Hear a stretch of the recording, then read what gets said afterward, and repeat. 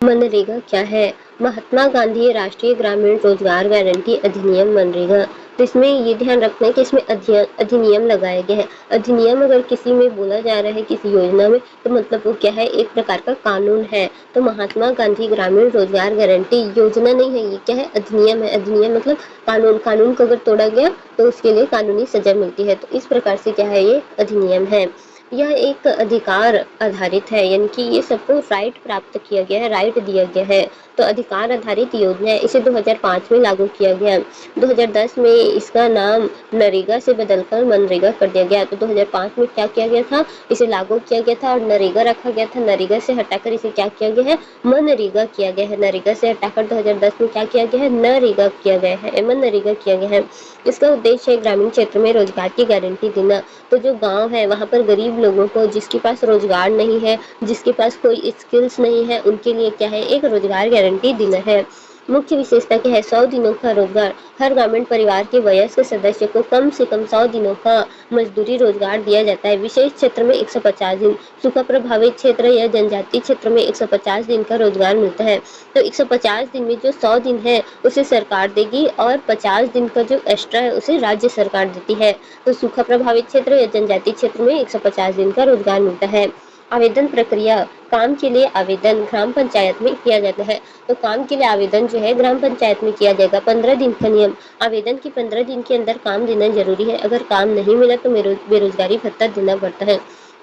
तो आपने आवेदन दिया, आवेदन दिए 15 दिन हो गया, लेकिन आपको अभी तक कोई काम नहीं दिया जा रहा है, तो उसकी जगह में आपको बेरोजगारी भत्ता दिया जाएगा। महिलाओं की भागीदारी, कुल लाभार्थियों में कम से कम 1/3 यानी कि 33% महिलाओं का होना अनिवार्य है। तो थर्ड मतलब 30% क्या है, 1/3 भाग यानी कि 3% भाग, 1/3 में क्या है, महिलाएं होना अनिवार्य है। सामाजिक लेखा परीक्षा, योजना की जांच और पारदर्शिता के लिए सोशल ऑडिट अनिवार्य है। ग्राम सभा की भूमिका, ग्राम सभा कामों को मंजूरी देती है, प्राथमिकता तय करती है, शिकायतों का समाधान करते हैं। निगरानी, ग्रामीण विकास मंत्रालय निगरानी कौन करता है, ग्रामीण विकास मंत्रालय निगरानी कौन करता है, ग्रामीण विकास मंत्रालय। केंद्र और राज्य सरकार मिलकर योजना लागू करते हैं। तो केंद्र और राज्य सरकार मिलकर क्या करती है, इन योजनाओं को लागू करती है। खर्च, फंडिंग पैटर्न, मनरेगा में 3 खर्च भागों में होता है, मजदूरी, सामग्री और प्रशासनिक खर्च। केंद्र सरकार कुल श्रम 100% खर्च, कुल अर्धकुशल श्रम 75% खर्च और सामग्री 75% खर्च और प्रशासनिक खर्च क्या है, 6% है। राज्य सरकार बाकी शेष खर्च उठाती है। राज्य सरकार क्या करती है, बाकी शेष खर्च उठाती है। बेरोजगारी भत्ता भी राज्य देता है। तो बेरोजगारी भत्ता कौन देता है, राज्य देगा। महत्वपूर्ण तथ्य, यह डिमांड ड्रिवन स्कीम है, लोग कम मांगते हैं। तो कम क्या, ये क्या है, डिमांड ड्रिविंग स्कीम, लोग काम मांगते हैं। लीगल गारंटी देती है, सिर्फ योजना नहीं अधिकार है। ग्रामीण गरीब कम करने में बहुत महत्वपूर्ण है। तो गांव में जो गरीबी है उसको कम करेगा। डायरेक्ट बेनिफिट ट्रांसफर, डीबीटी से मजदूरी सीधे खाते में। तो डीबीटी से क्या है, मजदूरी सीधे खाते में आएगी। डायरेक्ट बेनिफिट ट्रांसफर, सीधा आपके बैंक अकाउंट में क्या होगा, पैसा आएगा। तो 100 दिन के लिए रोजगार, 50 दिन में काम काम या फिर भत्ता, 1/3 महिला अनिवार्य और सोशल ऑडिट जरूरी है। फंडिंग पैटर्न बहुत इंपॉर्टेंट है। तो फंडिंग पैटर्न भी क्या है, इम्पोर्टेंट। NFSA क्या है, तो ये जो है 10 सितंबर 2013, यह एक राइट बेस्ड कानून है, अधिकार देता है, सिर्फ योजना नहीं है। उद्देश्य है हर व्यक्ति को सस्ती कीमत पर पर्याप्त गुणवत्तापूर्ण भोजन देकर खाद्य पोषण सुरक्षा सुनिश्चित करना है। कवरेज, ग्रामीण क्षेत्र को 75% जनसंख्या और शहरी क्षेत्र को 50%, कुल मिलाकर लगभग 2/3 आबादी कवर होती है। तो 2/3 जो है आबादी कवर हो रही है। खाद्यान्न का अधिकार, TPDS के तहत, खाद्यान्न का अधिकार TPDS के तहत। Target public distribution system, TPDS, सामान्य लाभार्थी 5 किलो प्रति व्यक्ति प्रति माह अनाज। अंत्योदय AAY परिवार 35 किलो प्रति परिवार प्रति माह। तो 35 किलो प्रति परिवार यानी कि हर एक परिवार को हर माह दिया जाएगा। किसमें, अंत्योदय में, तो अंत्योदय में कितने दिए जाएंगे? प्रति माह प्रति परिवार, जिसका परिवार है उसको हर महीने 35 किलोग्राम दिया जाएगा, और जिसका परिवार नहीं है उसको टीपीडीएस यानी टारगेट बेस्ड डिस्ट्रीब्यूशन सिस्टम के अनुसार 5 किलो प्रति व्यक्ति, यानी कि हर व्यक्ति को 5 किलो दिया जाएगा। जिसका परिवार नहीं है, सिंगल रहते हैं, उनको।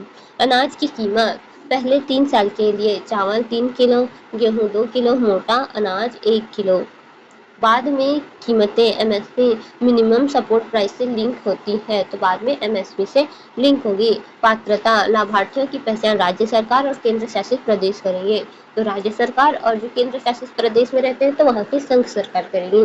पोषण से जुड़े प्रावधान, बच्चे 6 माह से 14 वर्ष, तो 6 माह से 14 वर्ष के जो बच्चे हैं उनको आईसीडीएस और मिड डे मील के तहत पोषण आहार मिलेगा। गर्भवती और स्तनपान करने वाली महिला को पोषण आहार प्लस 6,000 का मातृत्व लाभ मिलेगा।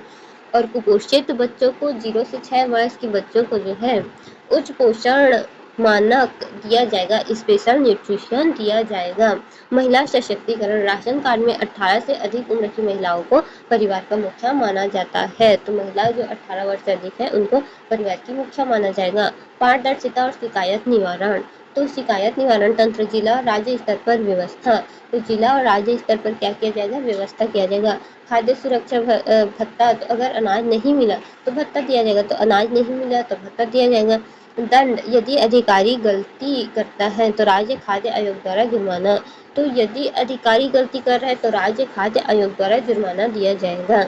मुख्य संस्थाएं, राज्य खाद्य आयोग निगरानी शिकायतों का समाधान, तो निगरानी में क्या होगा? शिकायतों का समाधान किया जाएगा। निगरानी में क्या किया जाएगा? शिकायतों का समाधान किया जाएगा। अब देखते हैं इम्पोर्टेंट क्या है। 75% ग्रामीण, 50% शहरी, 5 किलोग्राम प्रति व्यक्ति और 35 किलोग्राम परिवार के हिसाब से हर महीने दिया जाएगा। 3 रुपए में चावल, 2 रुपए में गेहूं और 1 रुपए में मोटा अनाज दिया जाएगा कीमत, और 6,000 मातृत्व लाभ दिया जाता है। महिला जो है उसकी मुखिया होती है। फूड सिक्योरिटी अलाउंस होता है और स्टेट फूड कमीशन, तो इसमें क्या है? शॉर्ट रिवीजन में 75, 50, 5, 35, 3, 2, 1, 6,000 महिला मुखिया। AIIB क्या है? यह एक बहुपक्षीय विकास बैंक है, मल्टीलैटरल डेवलपमेंट बैंक है। जैसे विश्व बैंक, एशियाई विकास बैंक। उद्देश्य एशिया में इंफ्रास्ट्रक्चर का विकास, तो एशिया में क्या है? इंफ्रास्ट्रक्चर का विकास। आर्थिक और सामाजिक विकास को बढ़ाना, तो आर्थिक और सामाजिक विकास को बढ़ाता है। तो इंफ्रास्ट्रक्चर का विकास और आर्थिक और सामाजिक विकास को बढ़ाने के लिए विश्व बैंक, एशियाई बैंक, उसी प्रकार से AIIB बैंक है, बहुपक्षीय विकास बैंक है। स्थापना कब हुआ था? जो इसका स्थापना जो है जनवरी 2016 में हुआ था। मुख्यालय बीजिंग चीन में है। मुख्यालय कहाँ है? बीजिंग चीन में है। मुख्यालय कहाँ है? बीजिंग चीन में है। 2016 में शुरू हुआ था। AIIB क्यों बनाया गया? एशिया में बड़ी समस्या सड़क, रेल, बिजली, बंदरगाह जैसे इंफ्रास्ट्रक्चर की कमी है। तो सड़क हो गया, रेल, बिजली, बंदरगाह जैसे इंफ्रास्ट्रक्चर की कमी हो गया, इसलिए AIIB देशों को लोन ऋण देता है, विकास परियोजना को फंड प्रदान करता है। तो विकास जो परियोजना है उसके लिए फंड देता है, देशों को लोन देने का काम करता है। एशिया के जो देश है उनको लोन देता है। सदस्य देश 2020 तक 103 सदस्य थे। यह विश्व की 79% आबादी और 65% जीडीपी को कवर करता है। तो पूरे विश्व में 79% जो आबादी है उसको और 60% जो जीडीपी है उसको क्या करता है? कवर करता है। शेयर होल्डिंग, चीन सबसे बड़ा शेयर धारक है। शेयर होल्डिंग में चीन जो है सबसे बड़ा शेयर धारक है। भारत दूसरा सबसे बड़ा शेयर धारक है। तो भारत जो है दूसरा सबसे बड़ा शेयर धारक है, और चीन में ही क्या है? इसका मुख्यालय है। कहाँ? बीजिंग में। और कब शुरू हुआ था? 2016 में। तो निर्णय लेने में इन देशों की ज़्यादा शक्ति होती है, तो इसीलिए जब निर्णय लेना होता है तो भारत और चीन की ज़्यादा शक्ति होती है। संयुक्त राष्ट्र में स्थिति, संयुक्त राष्ट्र महासभा आर्थिक एवं सामाजिक परिषद 2018 में AIIB को स्थायी पर्यवेक्षक यानी कि परमानेंट ऑब्जर्वर का दर्जा मिला है। तो संयुक्त राष्ट्र महासभा में 2018 में इसे परमानेंट ऑब्जर्वर का दर्जा दिया गया है। संयुक्त राष्ट्र में किसे? AIIB को पर्यवेक्षक, मतलब स्थायी पर्यवेक्षक, मतलब वहाँ बैठ के उनके निर्णय को वो सुन सकते हैं, उनकी बातों को सुन सकते हैं। वो कुछ बोल नहीं सकते लेकिन सुन जरूर सकते हैं। मतलब AIIB UN की बैठक में भाग ले सकते हैं लेकिन वोट नहीं कर सकते। लेकिन क्या है? वोट नहीं कर सकते। भारत के लिए महत्व,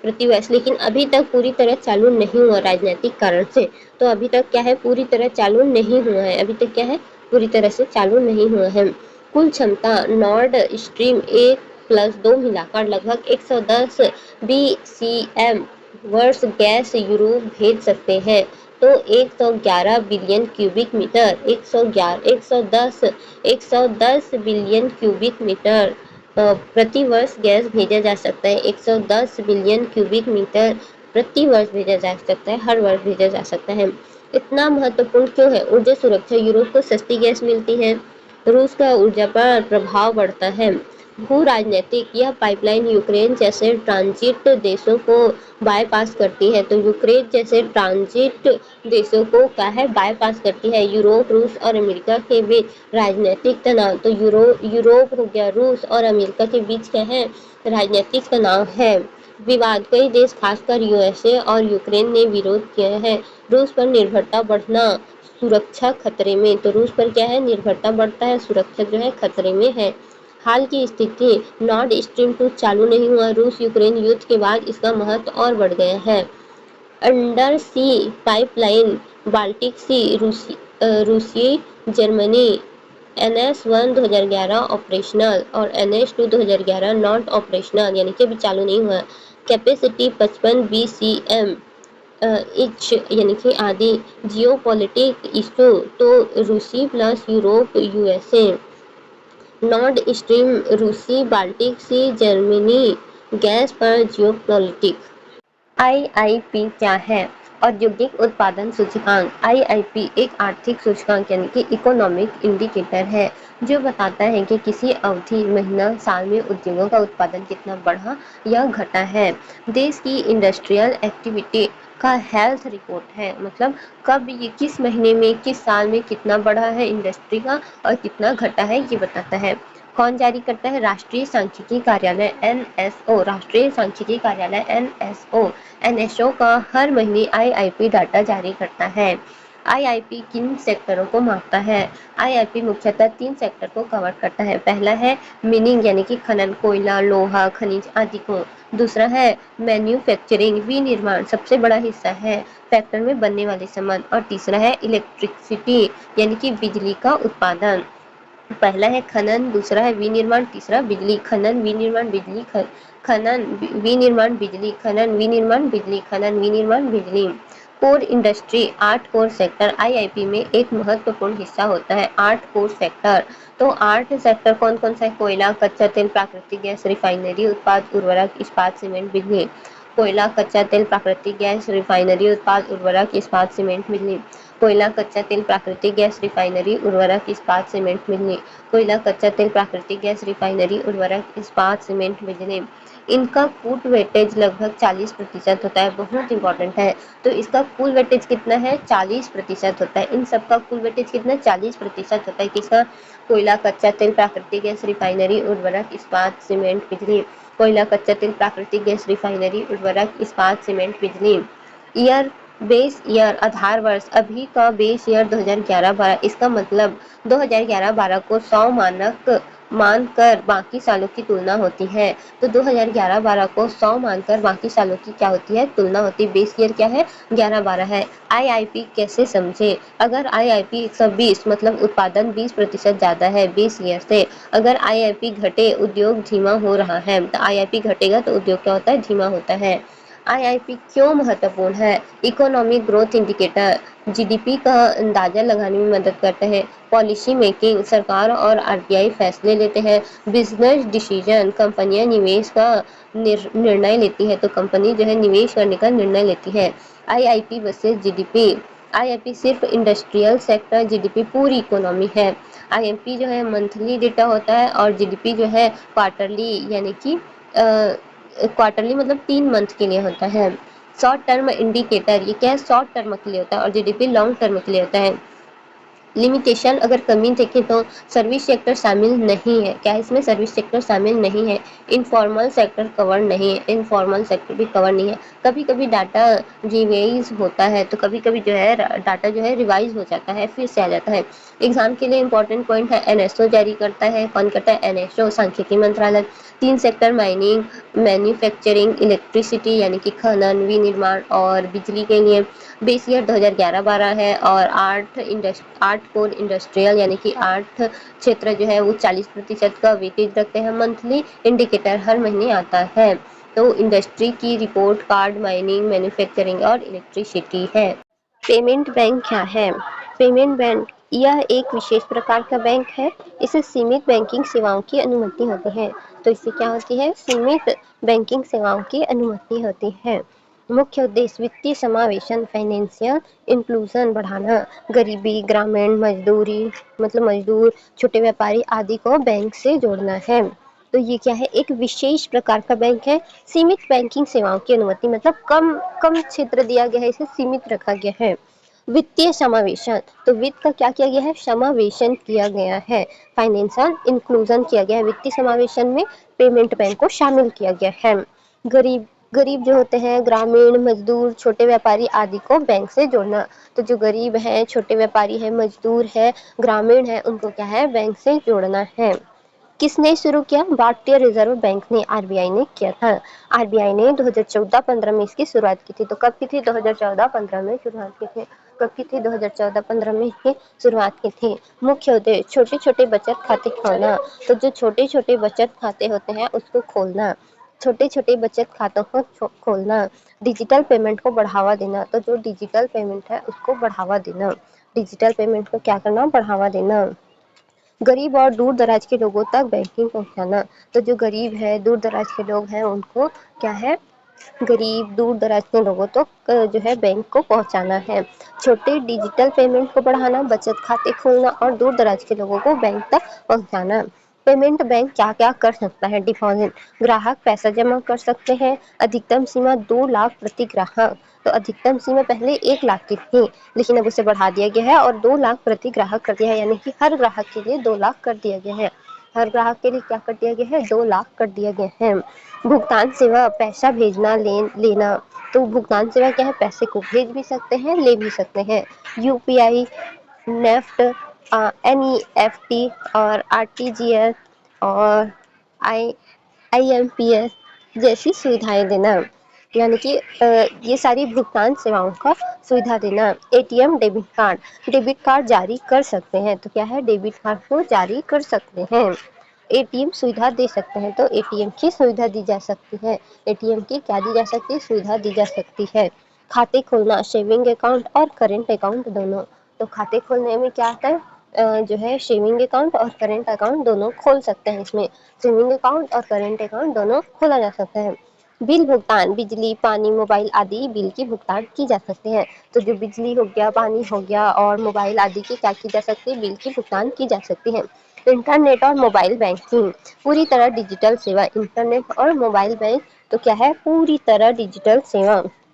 पेमेंट बैंक क्या नहीं कर सकते? लोन, कोई भी ऋण नहीं दे सकते। तो पेमेंट बैंक क्या है? कोई भी ऋण नहीं दे सकते, जैसे कि लोन हो गया ये सब। क्रेडिट कार्ड में क्या है? क्रेडिट कार्ड जारी नहीं कर सकते। तो ये क्या है? क्रेडिट कार्ड जारी नहीं कर सकते, क्योंकि ये छोटे स्तर पर है, इन्हें सीमित शक्तियाँ दी गई है। तो क्रेडिट कार्ड ये जारी नहीं कर सकते। एनआरआई डिपॉजिट, एनआरआई के पैसे स्वीकार नहीं कर सकते हैं। तो ये क्या है? एनआरआई के पैसे जो है डिपॉजिट नहीं कर सकते।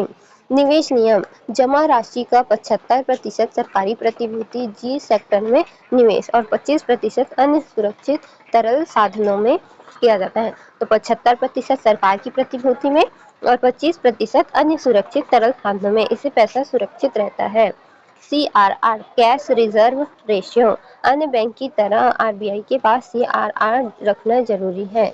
तो अन्य बैंक जैसे सरकार के पास CRR कैश रिजर्व रेशियो रखते हैं, वैसी पेमेंट बैंक भी रखता है। इसके पास, आरबीआई के पास। विशेष बातें, यह कमर्शियल बैंक का विकल्प नहीं है, यानी कि ये कॉमर्शियल जो है ना, कॉमर्स तो वाणिज्यिक बैंक का विकल्प नहीं है, ये क्या है, कॉमर्शियल बैंक का विकल्प नहीं है, बल्कि एक सपोर्ट सिस्टम है। क्या है, एक सपोर्ट सिस्टम है। क्या है, एक सपोर्ट सिस्टम है। डिजिटल इकोनॉमी को बढ़ाने में मदद करता है। तो क्या करता है, डिजिटल इकोनॉमी को बढ़ाने में ये मदद करता है। उदाहरण के लिए Airtel payment bank, Indian post payment bank और पेटीएम पेमेंट बैंक, तो ये सब हो गया। आरबीआई के लिए इंपॉर्टेंट पॉइंट क्या है, तो आरबीआई द्वारा शुरू है, मतलब एग्जाम के लिए इंपॉर्टेंट है, आरबीआई द्वारा शुरू किया जाता है। डिपॉजिट लिमिट 2 लाख है, लोन नहीं दिया जाता, क्रेडिट कार्ड नहीं दिया जाता, 75% जो है जी सेक्ट में दिया जाता है, मतलब सरकार के पास निवेश किया जाता है। फाइनेंशियल इंक्लूजन है, तो payment bank, payment plus deposit, no loan. Deendayal Antyodaya Yojana, तो दीनदयाल अंत्योदय योजना से पहले राष्ट्रीय ग्रामीण आजीविका मिशन NRLM के बारे में जानते हैं। NRLM क्या है, शुरू जब हुआ था तो जून 2011 था। मंत्रालय ग्रामीण विकास मंत्रालय, यानी कि ग्रामीण का विकास करने के लिए मंत्रालय बनाया गया है, यानी कि ये जो है वो ग्रामीणों के लिए बनाया गया है। यह एक केंद्र प्रायोजित योजना है, यानी कि सेंट्रल के लिए था, सेंट्रल इसके पैसे देते थे, तो केंद्र प्रायोजित योजना हो गया। ग्रामीण गरीबों को रोजगार, आजीविका के अवसर देना, यानी कि जो ग्रामीण के गरीब थे उनको रोजगार देना, उनको काम देना, आजीविका के अवसर देना, यानी कि उनको स्किल्स बढ़ाना, उनको आजीविका दिलाना, रोजगार दिलाना। गरीबी कम करना, तो गरीबी इससे क्या होगा, कम होगा, काम करेंगे तो। मुख्य लक्ष्य क्या था, गरीब परिवार की आय बढ़ाना, तो गरीब परिवार जो था उसकी आय को बढ़ाया जाएगा। उन्हें स्वरोजगार और कौशल देना, उन्हें खुद के लिए रोजगार और उनको स्किल्स प्रोवाइड करना था। बैंकिंग और वित्तीय सेवाओं तक पहुंच बढ़ाना, और उनको जो है बैंक और जो फाइनेंशियल जो पहुंच होती है उनको बढ़ाया जाता था। यह काम कैसे करता था, तो SHG मॉडल सबसे महत्वपूर्ण है। स्वयं सहायता समूह, हर गरीब परिवार से एक महिला सदस्य SHG में, स्वयं सहायता समूह में क्या होगा, जुड़ेगा और बचत करती है, बैंक से लोन लेती है, छोटे व्यवसाय शुरू करती है। तो ये क्या होते हैं, और भी लड़कियां, मतलब और भी औरतें जो है इसमें जुड़ती हैं, महिलाएं जो है जुड़ती हैं, और वो मिलकर बचत करती है, बैंक से लोन लेती है, छोटे व्यवसाय शुरू करती है। तो यही DNRLM की बैकबोन है। तो ये क्या है, उसकी बैकबोन समझ लो, कौन सा, स्वयं सहायता समूह, स्वयं सहायता समूह, स्वयं सहायता समूह, सेल्फ हेल्प ग्रुप। वित्तीय समावेशन, बैंकिंग सेवाएं अंतिम व्यक्ति तक पहुंचना, तो बैंकिंग सेवाएं जो है ऐसे व्यक्ति तक पहुंचना जो वहां तक नहीं पहुंच पा रहे, जो बहुत गरीब है, उन तक पहुंचाना, वित्तीय समावेशन। सेल्फ हेल्प ग्रुप को banking correspondent agents, correspondent agent BCAS बनाया जाता है। इससे गांव में ही बैंकिंग सेवाएं मिलती है। तो इससे क्या होता है, गांव में बैंकिंग सेवाएं दी जाती हैं। कौशल विकास, युवाओं को रोजगार के लिए ट्रेनिंग दी जाती है। इसके लिए उप योजना दीनदयाल उपाध्याय ग्रामीण कौशल योजना बनाया गया। तो इसके लिए क्या किया गया, ग्रामीण विकास स्वरोजगार योजना के लिए एक और योजना बनाया गया, दीनदयाल उपाध्याय ग्रामीण कौशल योजना DDU-GKY। लक्ष्य ग्रामीण युवाओं को जॉब के लिए स्किल्ड बनाना, तो जो ग्रामीण युवा है उनको जो है स्किल्स प्रोवाइड कराना, कौशल दिलाना। महत्वपूर्ण उप योजना MKSP महिला किसान सशक्तिकरण योजना, महिला किसान सशक्तिकरण परियोजना MKSP महिला किसानों की आय बढ़ाना, लागत और जोखिम कम करना। फिर आता है SVEP startup village entrepreneurship program, startup ग्राम उद्यमिता कार्यक्रम। SVEP गांव में छोटे उद्योग व्यवसाय शुरू करवाना। AGEY आजीविका ग्रामीण एक्सप्रेस योजना, आजीविका ग्रामीण एक्सप्रेस योजना AGEY शुरू 2017 में। उद्देश्य गांव में ट्रांसपोर्ट सुविधा देना, गांव में क्या करना, ट्रांसपोर्ट सुविधा देना, गांव में क्या करना, ट्रांसपोर्ट सुविधा देना। दूर दराज क्षेत्रों को जोड़ना, तो जो दूर के क्षेत्र हैं उनको क्या किया जाता है, जोड़ा जाता है। कार्यान्वयन, राष्ट्रीय राज्य जिला ब्लॉक स्तर पर लागू करना, तो राष्ट्रीय जो राज्य जिला है उसको ब्लॉक स्तर पर लागू करना है। मिशन मॉडल में काम करना, तो मिशन जो मॉडल है उसमें काम करना। State rural livelihood mission SRLM द्वारा संचालन, तो राष्ट्रीय, राज्य, जिला, ब्लॉक स्तर पर लागू किया जाता है। मिशन मॉडल में काम किया जाता है। State rural livelihood mission SRLM द्वारा संचालन किया जाता है। प्रमुख उपलब्धि: स्वयं सहायता समूह के जरिए क्रेडिट सर्विस लास्ट मील तक पहुंची जाती है। लगभग 1500 से अधिक SHG सदस्य BCA बने। महिलाओं की आर्थिक भागीदारी बढ़ी। स्वरोजगार और ग्रामीण उद्योग को बढ़ावा मिला।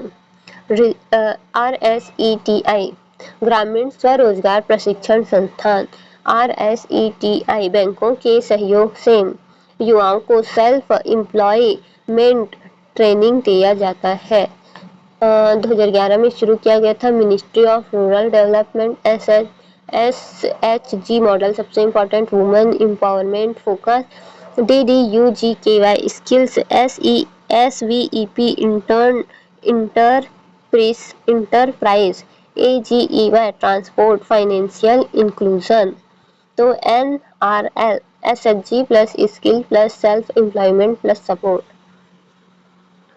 अंत्योदय योजना, राष्ट्रीय ग्रामीण आजीविका मिशन डे NRLM ग्रामीण विकास मंत्रालय मिनिस्ट्री ऑफ रूरल डेवलपमेंट का मुख्य कार्यक्रम है, जिसका उद्देश्य गरीबों विशेषकर महिलाओं के लिए सशक्त संस्थान बनाकर और इन संस्थानों के विभिन्न वित्तीय सेवाओं और आजीविका के संसाधनों तक पहुंच प्रदान करके गरीबी उन्मूलन को बढ़ावा देना है।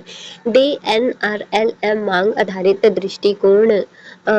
के आधारित दृष्टिकोण को अपनाता है, जिससे राज्यों को अपनी राज्य विशिष्ट गरीबी उन्मूलन कार्य योजना बनाने की सुविधा मिलती है।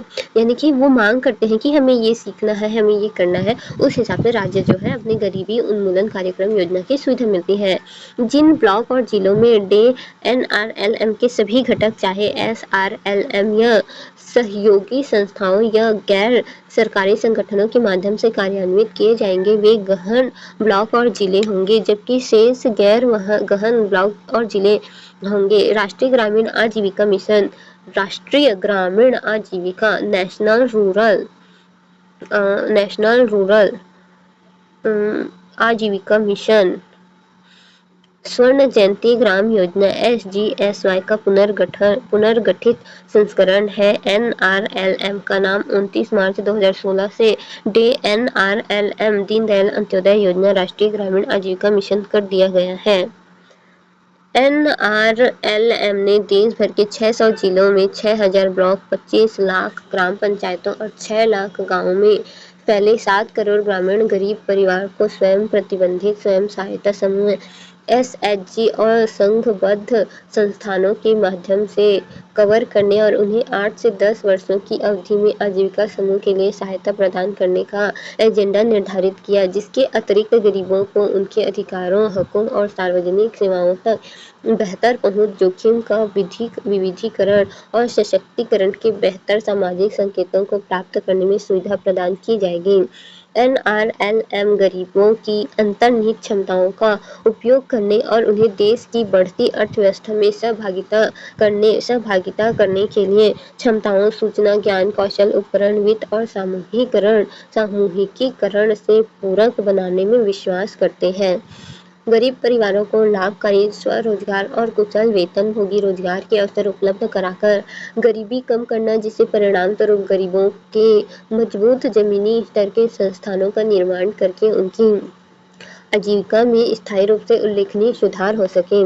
मूल मूल्य: सबसे गरीब लोगों को शामिल करना और सभी प्रक्रियाओं में उन्हें सार्थक भूमिका देना। सभी प्रक्रियाओं और संस्थानों में पारदर्शिता और जवाबदेही, स्वामित्व और योजना कार्यान्वयन और निगरानी सहित सभी चरणों में गरीबों और उनकी संस्थाओं की महत्वपूर्ण भूमिका। सामुदायिक आत्मनिर्भरता और स्वावलंबन।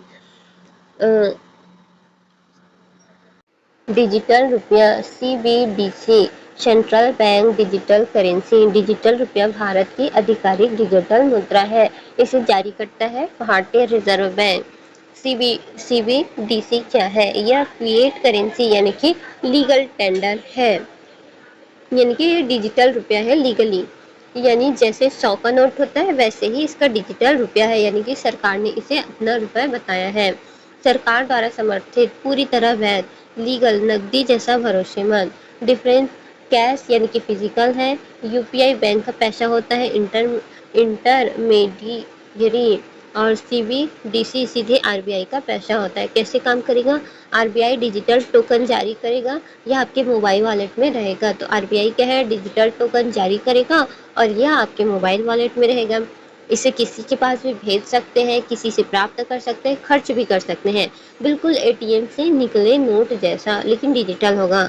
सीमा पार भुगतान अभी कॉरेस्पोंडेंट बैंकिंग यानी कि जटिल और महंगी बैंक होती है। सीबीडीसी से तेज भुगतान, कम लागत, सीधे ट्रांसफर विदेश में काम करने वाले भारतीयों के लिए बहुत फायदेमंद होता है। डिजिटल मुद्रा के पक्ष में तर्क, सुरक्षित और भरोसेमंद, आरबीआई द्वारा समर्थित, zero default risk banking system, digital technology का मिश्रण, क्रिप्टो जैसी टेक्नोलॉजी और लेकिन सरकार द्वारा नियंत्रित। क्या है? क्रिप्टो को सरकार द्वारा नियंत्रित नहीं किया जाता है, लेकिन ये सरकार ने बनाया है तो ये सरकार द्वारा नियंत्रित होगा। रियल टाइम पेमेंट, फोन पे, गूगल पे, पेटीएम जो होता है, लेकिन इससे अलग यह सीधे आरबीआई का पैसा है। तो इसके जैसे क्या है? पेमेंट हो सकता है, लेकिन ये क्या है? सीधे आरबीआई द्वारा बनाया गया है, आरबीआई का पैसा माना जाता है। नकद पर निर्भरता कम, नोट छापने की लागत घटेगी और डिजिटल इकोनॉमी बढ़ेगी। पारदर्शिता, ट्रांजैक्शन ट्रैक हो सकते हैं, काले धन पर नियंत्रण होगा। डिमांड डिपॉजिट पर असर, बैंक में जमा पैसा कम हो सकता है, लोग सीबीडीसी में पैसा रख सकते हैं। डिजिटल मुद्रा के खिलाफ तर्क, बैंकिंग सिस्टम पर खतरा, लोग बैंक से पैसा निकालकर सीबीडीसी में रखेंगे, इससे लो कॉस्ट डिपॉजिट कम होंगे। लिक्विडिटी समस्या, बैंकों की बैलेंस शीट कमजोर हो सकती है, लोन देने की क्षमता घट सकती है। प्राइवेसी, सरकार हर ट्रांजैक्शन देख सकती है।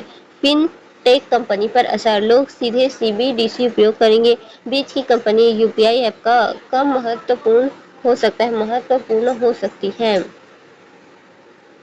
डिजिटल डिवाइस, ग्रामीण कम पढ़े लिखे लोग पीछे रह सकते हैं।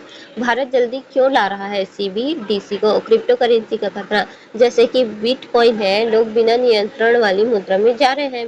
चीन से प्रतिस्पर्धा, चीन का CNY डिजिटल युआन है, वैश्विक व्यापार में डॉलर को चुनौती दे रही है। उसी प्रकार डिजिटल इकोनॉमी को बढ़ावा, कैशलेस इंडिया बनाने के लिए और डिजिटल इंडिया मिशन के लिए। तो इम्पोर्टेंट कॉन्सेप्ट है डिमांड डिपॉजिट, बैंक में जमा पैसा, saving current account, less liquid balance sheet, bank के पास कम नगद, ज़्यादा जोखिम। फाइनेंशियल स्टेबिलिटी, बैंक मजबूत रहे, अर्थव्यवस्था सुरक्षित है। अब क्विक रिवीजन करते हैं। सीबीडीसी क्या है? आरबीआई की डिजिटल करेंसी है, लीगल टेंडर नकदी जैसा होता है। एडवांटेज क्या है? फास्ट, चीप, ट्रांसपेरेंट होता है। रिस्क क्या है? बैंक पर असर होगा, प्राइवेसी इश्यू होगी। India versus China digital currency पर रेस होगा। प्रधानमंत्री कृषि सिंचाई योजना PMKSY, यह योजना 2015 में शुरू हुई। उद्देश्य हर खेत को पानी और पानी का कुशल उपयोग, यानी कि हर खेत पे पानी होना चाहिए और जो पानी है उसका सही उपयोग होना चाहिए। सामान्य राज्य, केंद्र और राज्य, तो केंद्र जो है 75% देगा और राज्य जो है 25% देगा। पूर्वोत्तर और पहाड़ी राज्य, तो पहाड़ी राज्य या फिर पूर्वोत्तर राज्य है तो केंद्र उसमें 90% देगा और राज्य है वो 10%।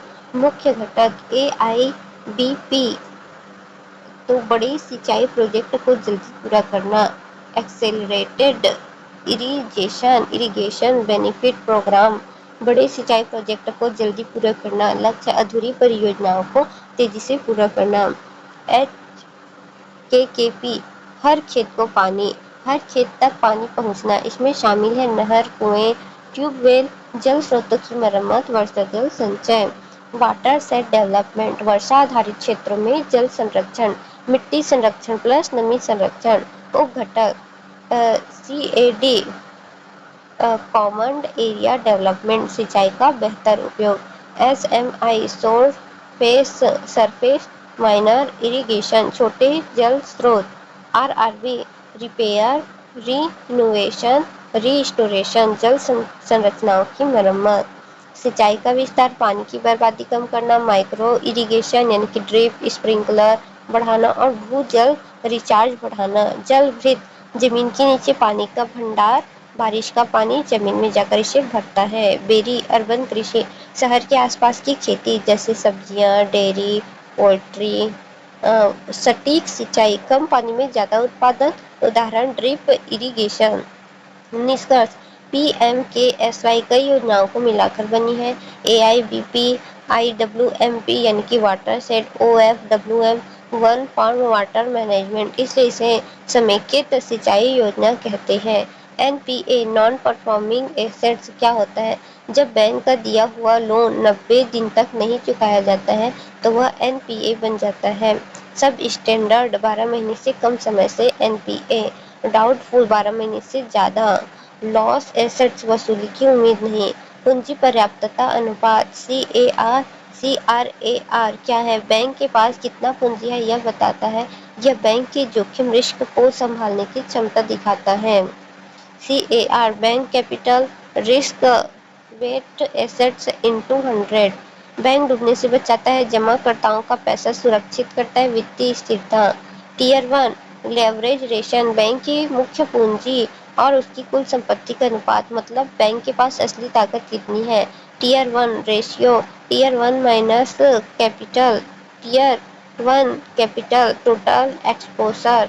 तो टीयर 1 में कैपिटल में आता है इक्विटी कैपिटल और रिजर्व्स। महत्व, बैंक की असली वित्तीय ताकत जोखिम सहने की क्षमता है। लिवरेज रेशियो अन्य प्रकार, इक्विटी रेशियो मालिक का योगदान, डेब्ट रेशियो कुल कर्ज, डेब्ट टू इक्विटी रेशियो कर्ज बनाम मालिक की पूंजी। PMKSY 2015 हर खेत को पानी, component AIBP HKKP water set, NPA 90 days default, CAR bank की सुरक्षा माप, टीयर 1 कोर कैपिटल स्ट्रेंथ।